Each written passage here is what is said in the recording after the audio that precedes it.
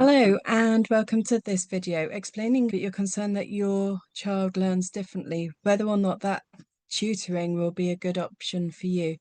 So one of the first things is I want you to be aware that every tutor works differently. Even if they're working for the same company, they'll still no doubt have their own individual take on things.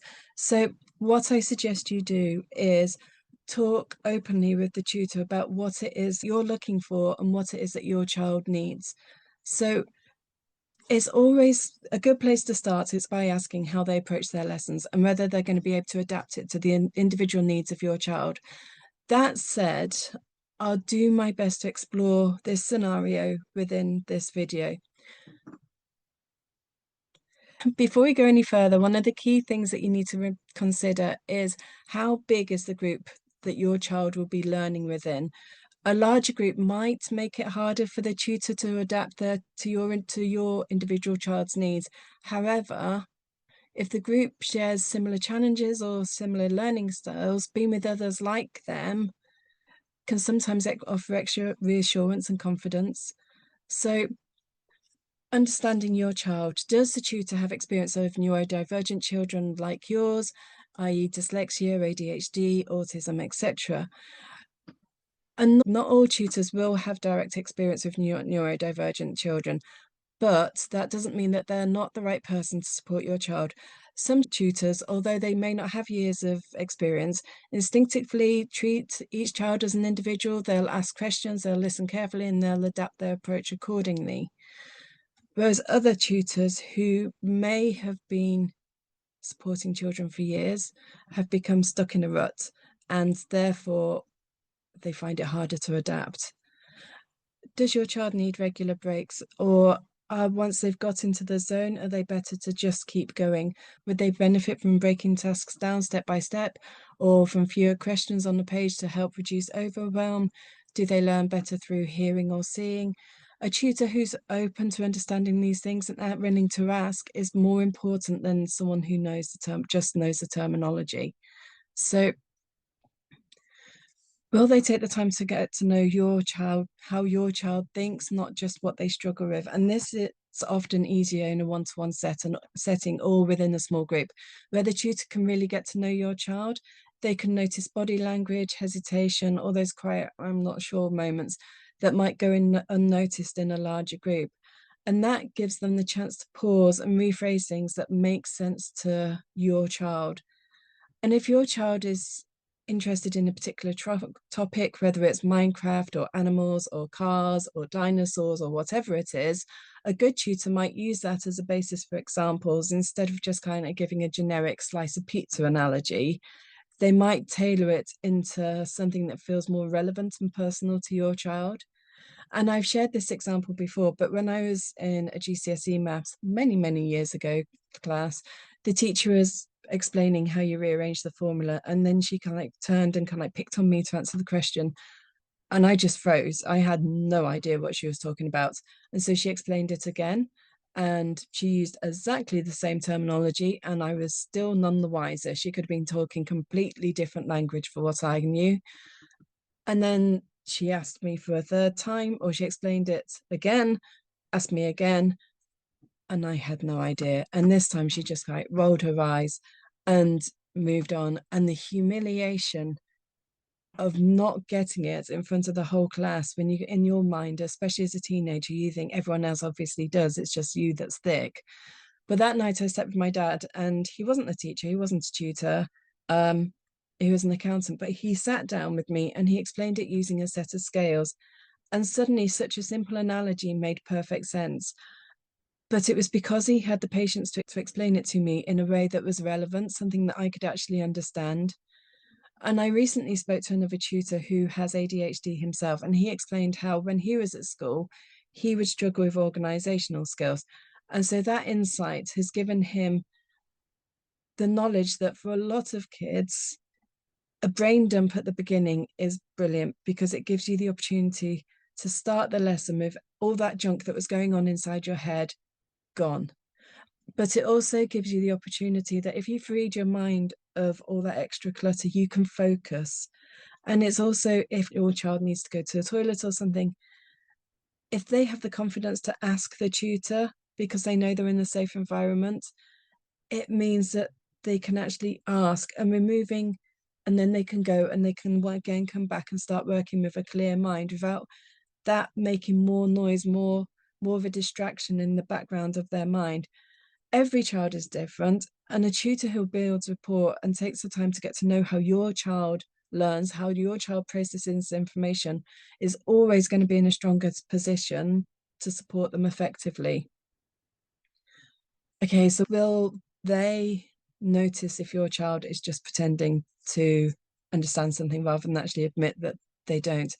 And some kids are experts at nodding along and trying to look like they understand something when they probably don't. And very often they've learned to do that because they know that if they admit to not understanding it, they may get told off, or they may just feel a fool in front of their friends. So rather than the very often the educator will kind of like roll their eyes, they'll sigh, they'll kind of like explain it again using the same vocabulary, which, like I said, leaves you in a no wiser situation. But maybe what we actually ought to ask is that the fault of the educator who should be if your child isn't explaining it and is the educator's role to help them to explain it, maybe that's down to them not being the right tutor for your child rather than the fact that it's your child at fault. Because very often the moment they get it, it becomes so clear, their eyes light up and they start answering confidently. And the difference in their attitude is complete opposite ends of the divide. So a good tutor will notice the difference between your child just being polite and nodding along and actual understanding. And just as importantly, they'll create an environment where it's safe to kind of like say, I'm not sure about this, please can you go over it again? And that's a huge reason why rapport matters, because if the child feels genuinely comfortable, they can stop pretending, and that's when the real learning can start beginning. Will they use different methods if the usual ones don't work? And again, this is very much down to the individual tutor. Sadly, in every profession, there will be those with the attitude, well, this is how I've always done it, and who will continue to churn out the same curriculum, the same resources, the same old, year on year on year. And there will be those who are more willing to adapt and change. And learning is very much a unique experience for each and every individual, because we all come with different starting points, we all have different end goals, we all have different learning methods and understanding. So ideally, you want to find the tutor who is willing to stop, get to know your child as an individual, how they learn, what inspires them, and how they retain information. And then you need a tutor who will recognize that we are all unique, and sometimes we do need to change the wheel and evolve so that we can support that child as an individual, not as a clone of all the other children that we've worked with in the past. So what if your child needs extra visuals, movement games instead of textbooks, etc.? Will that be seen as valid? And some tutors will take a range of resources, and that will be normal for them to kind of like offer your child a choice of this, and this, which would you like to start with, which would be the most beneficial for you. So speak to the tutor, ask them if that is something that they cater for. Explain that your child may struggle to concentrate for longer periods, and ask whether perhaps movement breaks are allowed. One of the first girls I ever tutored was falling, she was still at primary school, and she was falling further and further behind her peers, and her mum got in touch. And we worked together for a few weeks. And most of the lessons were based around games. There were kind of like some table-based board games, and there was some where you had to throw a beanbag or something onto an answer on the floor, or you had to go and collect the correct answer because they were kind of like there were numbers, for example, spread all over the floor, and I would ask you a question, and say I asked you 9 times 5, so you'd have to go and find the number 45 and bring it back to me. So there's a lot of movement and activity involved. And rapidly, she started to make progress and catch up with her peers. And at that stage, the mum said to me, would we be able to do some proper learning soon? And so after a couple of weeks, after that, they ended the lessons, and they signed up for there's a popular franchise where you can like each week you're given different worksheets, and one just kind of like the first week I think it kind of goes 1 add 1, 1 add 2, 1 add 3, 1 add 4. Then the next week it will go 2 add 1, 2 add 2, 2 add 3, and it just kind of builds up like that. So you're learning much more by rote. But anyway, so a lot of tutors provide support in the way that worked for them, but equally a lot of parents are looking for support that works for them. So talk. Try and be clear, have a clear flow of communication between you and the tutor so that you can ask questions, request variety, and explain what has and hasn't worked for your child in the past. And those tutors out there who are willing to listen and embrace your child's needs are no doubt going to be the best one for your child. And they are out there. And going back to what I said previously about explaining things the way that your child will understand it is something that I'm quite opinionated on, because I believe that, like I said, our role as a tutor is to help your child to understand something. So it doesn't matter if I've explained it like this before and 99.9% of the other children I've explained it to have got understood it. The thing that matters is whether the child that I'm in front of now understands it. Because if that explanation doesn't work for your child, you're paying me to help your child understand. So I need to find a different example. So we need to be willing, as tutors, you need to find one which is willing to be adaptable and willing to explain it in a world that makes sense to your child. And I think it's because of that scenario in that maths class that I am so passionate about this. And if it does take 10, 12, 20, 30 ways to find a way that explains it, that your child understands it, that is our responsibility as educators, and so be it. So will the tutor make your child feel accepted and not wrong for learning differently? And again, hopefully the answer to this is they will make your child feel accepted and not wrong, because if they are making your child feel wrong for learning differently, I would suggest that they're probably not great tutors and that they probably ought to find themselves a different job. But it is important that your child and the tutor can build a rapport so that the child feels confident to ask questions and say when they don't understand something. And from the outset, it's the tutor's responsibility to put your child at ease so that they were able to do this. They might say something like, nobody knows everything. There will be times that you'll ask me a question and I have no idea. And so we can either try and work it out together, we can find the information out together, or I'll go away, find out the answer, and we can come back and revisit it next time. And from my own perspective, I love it when a child learns in a way that doesn't involve just plowing through worksheets. It makes the session so much more interactive, engaging, and enjoyable. And selfishly, I also feel that I'm then enjoying it. And if I'm enjoying it rather than bored, that enthusiasm will hopefully rub off onto your child. And if your child is the sort of child that gets overwhelmed or shut down, I would suggest that hopefully the tutor will accept this.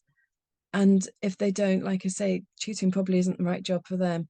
But it's worth talking to the tutor in advance about what you would like to happen if that scenario occurs, so that if you want them to just have a 5-minute break, finish the lesson early and return to that subject next time, or just move on to something different as revision or something, or I'd come back to it from a different approach. Talk openly so that you are both aware of the expectations, because sometimes it may be just that you can think, well, try it from a different approach, and if that doesn't work, maybe finish early. So just kind of address each situation in that moment, but at least you then know that you're both singing from the same song sheet. And most tutors who support children with SEN, I would like to say, recognize that we all have good days, everyone has bad days. Sometimes life or school just events have just been too much, and you need time to unwind and not feel pressured by more learning. So again, talk to the tutor from the start and discuss how you would like them to handle this situation and their policies behind it. What happens if your child says, I don't get it, over and over? Will the tutor keep trying? And as I said, I believe that is the tutor's responsibility to keep trying to explain things as many different times as it takes until your child gets it. And if your child doesn't understand, is it because the tutor just isn't explaining it in the right way? Over the years, I've worked with some incredible tutors, but sometimes what I've observed is the most intelligent, highly qualified tutors aren't necessarily the best at explaining things because they see it as common sense. And why don't you get it? This is common sense. This is obvious. Whereas in contrast, those tutors who need to break things down into smaller, more manageable chunks for their own understanding are those who make better tutors because they do that as part of the course. And so they do it instinctively for themselves. And so they find that easier then to pass on to the person that they're working with. Will the tutor give you feedback and tell you what does seem to be working and what isn't working for your child? And most tutors will take the time to speak to you at the end of the session. They'll explain what they've covered, how they've covered it, why they've covered it like that, and what the outcome was. And this feedback helps to identify what worked well and how they'll tweak things going forward. And if the approach isn't working, you know your child. And if you want to explain to the tutor that something isn't working, you know your child better than anyone. So hopefully the tutor will be willing to listen and listen to your suggestions. And at the end of the first session, I always say to the child, look, if this isn't what you want, if this is too easy, if this is too hard, let me know or tell your parents, and I'll more than happily adapt it for next time. And then that way we can keep tweaking things until we've got what's right for you. But please do pass the information on to the tutor, because if they don't know, they'll just keep turning up with the same approach, not knowing that you're sat there, your child's sat there thinking, but I don't want to do it like this. I don't understand it when you do it like this. So how can you as a parent support the plan of the lesson? And this again is much easier when the tutor is working one-to-one or with a small group, because a good tutor will embrace your feedback, and the better they know your child and what works for them, the more productive their lessons will be. Your involvement will usually be appreciated, unless the tutor is of the mindset that I've always done it this way, or I'm the teacher here, maybe you ought to listen to me. And sadly, that mindset does still exist in some cases. However, speak to the tutor beforehand, build up that rapport, because that is what's crucial. The ongoing theme here is talk and build up the rapport and keep the lines of communication open so that you can offer your child the best possible support.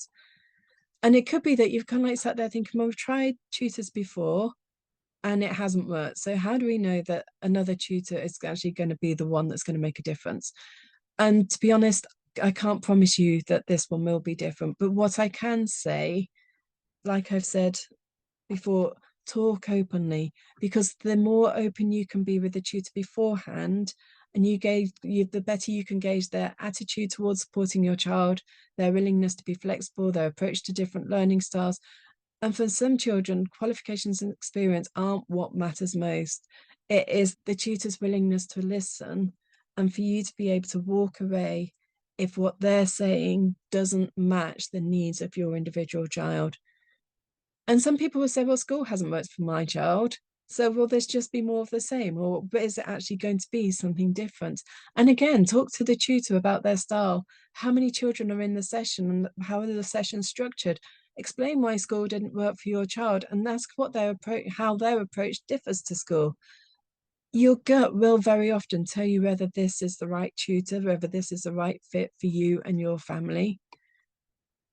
But if you are interested in a tutor for your child, but you're not ready to take the plunge, if you'd like to have a chat, no pressure, no obligation at all, just friendly conversation, please do get in touch. Our email address is info@clarajamestutoring.co.uk, but I will put it in the comments. Thank you for listening to this to the very end and enjoy the rest of your day. Take care. Bye.